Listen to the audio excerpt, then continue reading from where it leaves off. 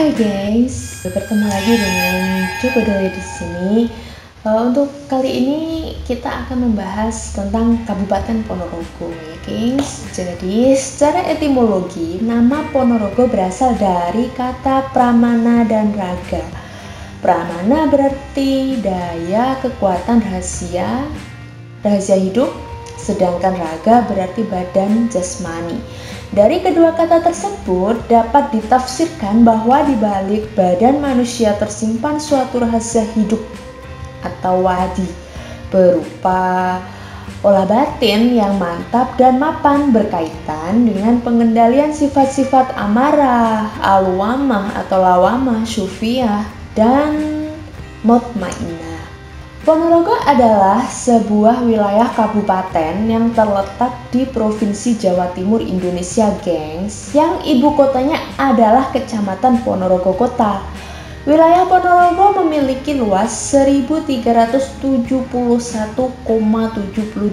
km dan memiliki jumlah penduduk berdasarkan sensus 2022 adalah 964.253 jiwa, gengs.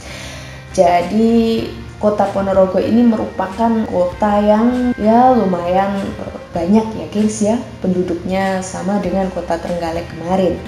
Hari jadi kota Ponorogo diperingati setiap tanggal 11 Agustus karena pada tanggal tersebut Batara Katong resmi dinobatkan sebagai adipati pertama Kadipaten Ponorogo, gengs. Kabupaten Ponorogo dikenal dengan julukan Reog atau Bumi Reog karena di daerah ini merupakan daerah asal dari kesenian reog. Ponorogo juga dikenal sebagai santri karena memiliki banyak pondok pesantren. Salah satunya yang paling terkenal adalah Pondok Modern Darussalam Gontor yang terletak di Desa Gontor, Kecamatan Melarak. Pasti kalian sudah tidak asing lagi ya gengs kalau kita membahas tentang Pondok Modern Darussalam Gontor karena pondok ini termasuk pondok yang terkenal di Indonesia. Pasti juga tidak asing dong kalau yang namanya reog itu sudah pasti dari Ponorogo. Ada tarian dadaknya, terus ada tari-tari jaranan. Nah, itu berasal dari Ponorogo, gengs, asli dari Jawa Timur. Kemudian di sini asal usul kota Ponorogo. Asal-usul nama Ponorogo bermula dari kesepakatan dalam musyawarah bersama Raden Batara Katong, Kiai Mirah, Seloaji, dan Jayadipa pada hari Jumat saat bulan purnama bertempat di tanah lapang dekat sebuah gumuk. Dalam musyawarah tersebut disepakati bahwa kota yang akan didirikan dinamakan Pramanaraga yang akhirnya berubah menjadi Ponorogo. Seperti itu ya gengs, asal usul kota Ponorogo kita ini. Kemudian sejarah kota Ponorogo. Menurut Babat Ponorogo, berdirinya Kabupaten Ponorogo dimulai setelah Raden Katong sampai di wilayah Wengker. Pada saat itu Wengker dipimpin oleh Surya Ngalam yang dikenal sebagai Ki Ageng Kutu, gengs. Raden Katong lalu memilih tempat yang memenuhi syarat untuk pemukiman, yaitu di Dusun Pelampitan, Kelurahan Stono, Kecamatan Jenangan. Untuk saat ini ya guys, untuk sekarang disebut itu.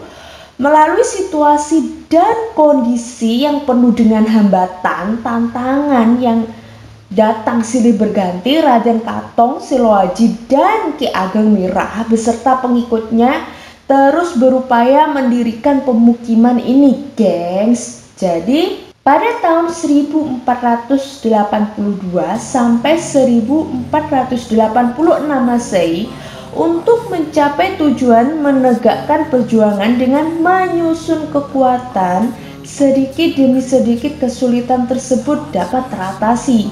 pendekatan kekeluargaan dengan Ki Ageng Kutu dan seluruh pendukungnya ketika itu mulai membuahkan hasil, gengs.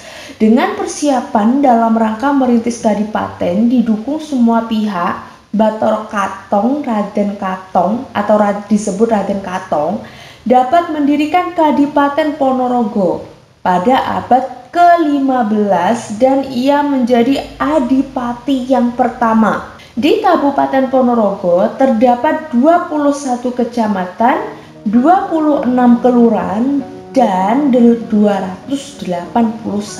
desa, gengs. Kemudian ekonomi. Di wilayah Kabupaten Ponorogo memiliki fasilitas perdagangan yang cukup lengkap.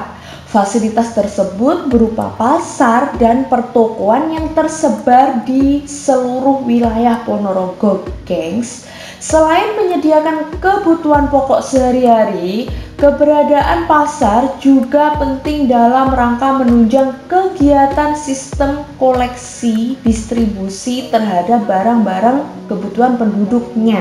Upah minimum di Kota Ponorogo pada tahun 2021 adalah Rp1.938.321, gengs. Apakah kalian berminat bekerja di Kota Ponorogo, gengs? Tulis di kolom komentar ya, gengs. Barangkali kalian ada yang berasal dari Kota Ponorogo. Emangnya segitu apa ya lebih untuk upah minimumnya di Kota Ponorogo itu. Kemudian komoditas unggulan Kabupaten Ponorogo yaitu sektor perkebunan dan pertanian. Sektor perkebunan komoditas unggulannya adalah kakao, tebu, kopi, kelapa, cengkih, dan jambu mete. Sektor pertanian komoditas yang diunggulkan adalah tembakau, guys. Jadi untuk produksi tembakau di Kabupaten Ponorogo itu cukup tinggi, cukup besar ya, guys, seperti itu. Kemudian penduduk. Menurut sensus di Kabupaten Ponorogo di 21 kecamatan penduduk di Ponorogo yaitu 949.320 jiwa, gengs, yang terdiri dari 474.260 laki-laki dan 475.060 perempuan. Kecamatan yang paling tinggi penduduknya adalah Kecamatan Ponorogo sendiri, yaitu sebanyak 3.333 jiwa. Dan yang paling rendah jumlah penduduknya adalah di Kecamatan Pudak, yaitu sebanyak 182 jiwa, gengs.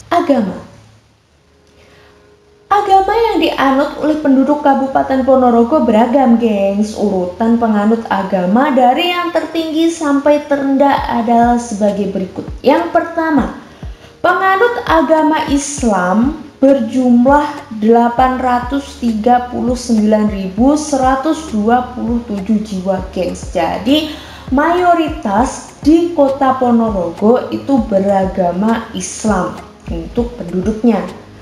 Yang kedua, agama Kristen yang berjumlah 2.864 jiwa.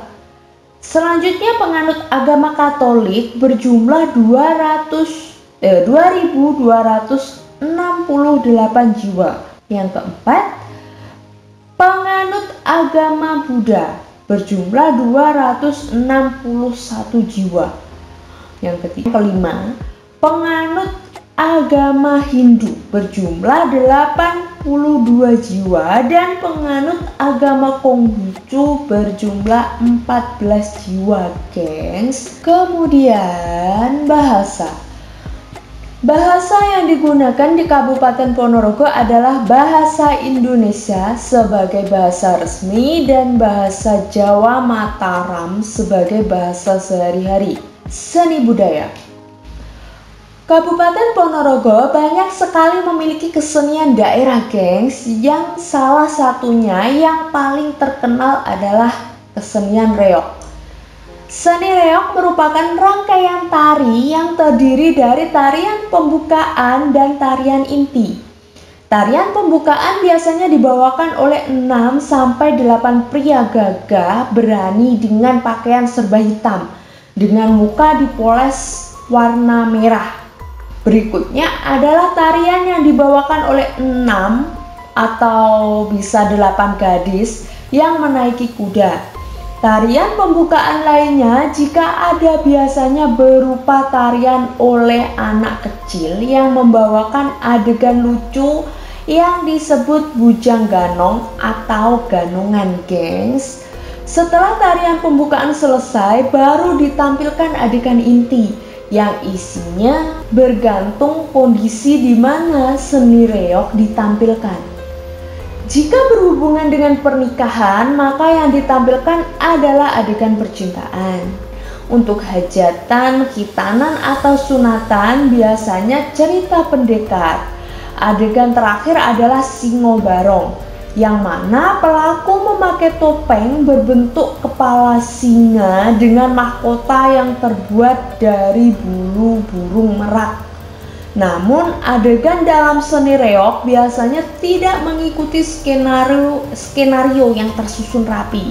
Selain reog terdapat juga kesenian dan tradisi lain, yaitu gajah-gajahan, unta ponorogan, kebo-keboan ponorogan, kompang, odrot, keling, balon lebaran, wayang purwo, jaranan tek, gong gumbeng, dan lain sebagainya. Masih banyak lagi ya, gengs. Budaya dan adat istiadat. Kebudayaan dan adat istiadat masyarakat Ponorogo dipengaruhi oleh kebudayaan dan adat istiadat masyarakat Jawa Tengah. Beberapa budaya masyarakat Ponorogo adalah larong risalah doa, grebek suro, dan kirap pusaka. Masyarakat Ponorogo memiliki adat istiadat yang sangat khas, yaitu becekan atau suatu kegiatan dengan mendatangi dan memberikan bantuan berupa bahan makanan seperti beras, gula, dan sejenisnya kepada keluarga, tetangga, atau kenalan yang memiliki hajat pernikahan atau khitanan. Dan sejarah atau silaturahmi ke tetangga dan sanak saudara pada saat hari raya Idul Fitri yang biasanya dilakukan dengan mendatangi rumah orang yang berumur lebih tua, gengs. Jadi itu adat istiadat yang berada di kalangan masyarakat Ponorogo. Objek wisata. Sekarang kita akan bahas objek wisata di wilayah Ponorogo, gengs. Jadi beberapa objek wisata alam yang terdapat di kota Ponorogo yaitu: 1. Ada Telaga Ngebel. Telaga Ngebel adalah sebuah danau alami yang terletak di Kecamatan Ngebel, Kabupaten Ponorogo. Kecamatan Ngebel terletak di lereng Gunung Wilis. Jarak antara Telaga Ngebel ke pusat kota Ponorogo adalah sekitar 30 km. 2. Taman Wisata Ngembak. Taman Wisata Ngembak adalah taman wisata yang terletak di Kelurahan Ronowijayan, Kecamatan Siman, sekitar 3 km di sebelah timur pusat kota Ponorogo, gengs. Taman ini terdiri dari sumber air yang dilengkapi dengan taman bermain dan kolam renang anak. Bagi kalian yang belum pernah ke Ponorogo, bisa sekali-kali kalian main di Ponorogo karena banyak sekali wisatanya ya, gengs, di sana itu. 3. Air terjun Pletuk. Air terjun Pletuk atau dikenal juga dengan nama Coban Temu adalah air terjun yang terletak di Dusun Kranggan, Desa Juruk, Kecamatan Soko. Air terjun ini memiliki ketinggian sekitar 30 meter dan berada di atas ketinggian 450 meter di atas permukaan laut, gengs. Yang 4, Gunung Bayangkaki. Gunung Bayangkaki adalah gunung yang tidak aktif dan terletak di Ponorogo, tepatnya di Desa Temon, Kecamatan Sawo. Gunung Bayangkaki memiliki 4 puncak, yakni Puncak Ijo atau Gunung Ijo, Puncak Tuwo atau Gunung Tuwo, Puncak Tumpak atau Puncak Bayang Kaki, dan Puncak Gentong atau Gunung Gentong. Di balik indahnya alam dan kukuhnya batu-batu besar yang menjulang, Bayang Kaki memiliki berbagai keunikan dan masih diselimuti dengan mitos yang terus berkembang dalam masyarakat sampai sekarang. Salah satu mitos yang berkembang dalam masyarakat adalah ketika Puncak Gentong sudah terbakar tanpa sebab, berarti musim hujan akan segera tiba. Yang selanjutnya, air terjun Klenteng. Air terjun Curug Klenteng atau air terjun Tumpuk adalah air terjun yang terletak di Desa Tumpuk, Kecamatan Sawo, Kabupaten Ponorogo, guys. Air terjun ini berlokasi di perbatasan Ponorogo dan Trenggalek. Dinamakan air terjun Curug Klenteng karena tempatnya yang menjuruk ke dalam dan diapit dua tebing gunung bebatuan.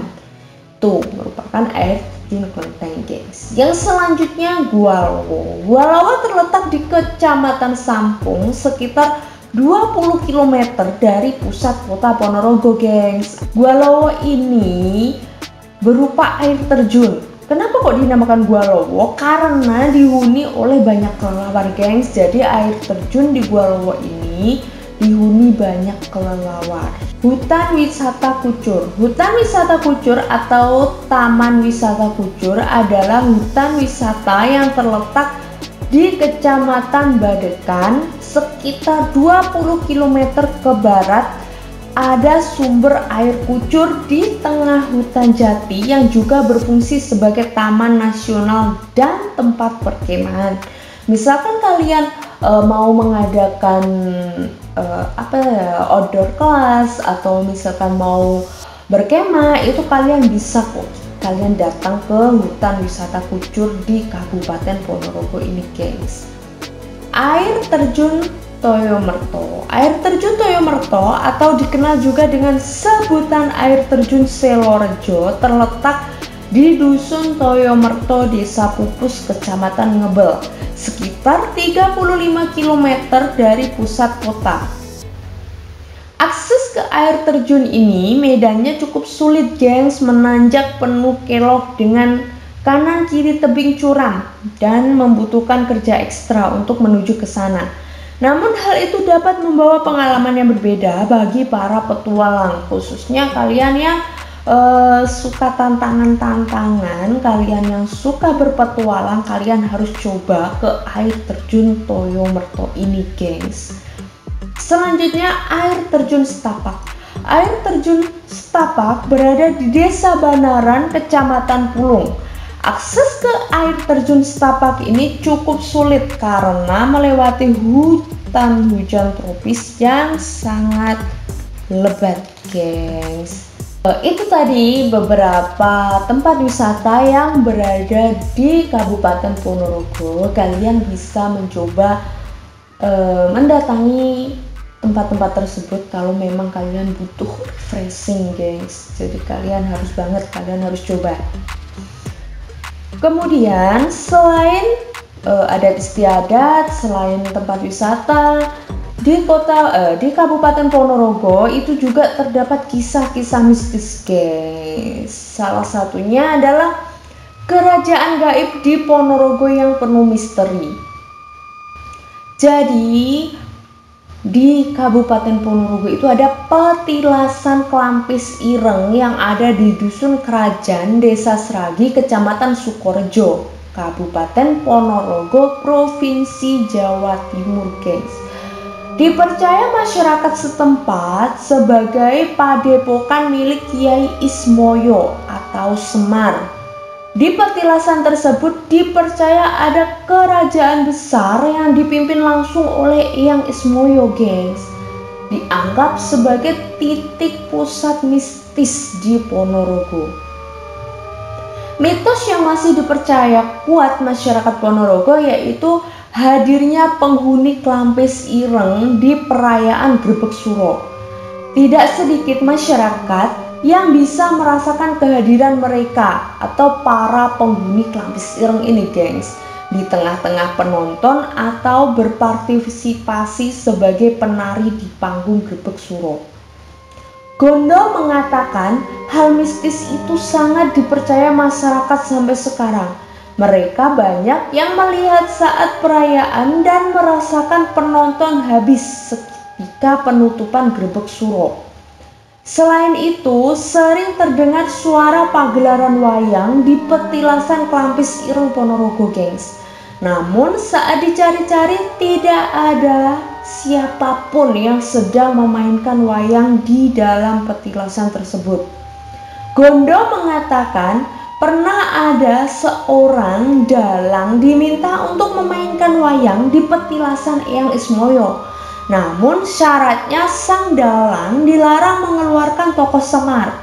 Ketika pentas dimulai, sang dalang merasa waktunya berhenti dan tidak kunjung pagi hari, gengs. Akhirnya dalang itu terpaksa mengeluarkan tokoh Semar dan acaranya selesai. Dia diberi satu rimpang kunir dan sesampainya di rumah berubah jadi batang emas. Banyak sekali pantangan yang harus diperhatikan oleh para pengunjung petilasan Klampis Ireng ini, gengs, agar tidak membawa malapetaka bagi dirinya sendiri. Gondo menyebut salah satunya tidak boleh berkata kasar dan tidak berpakaian batik poleng kawung atau semar, sebab disinyalir bisa menyamai kebesaran Eyang Ismoyo.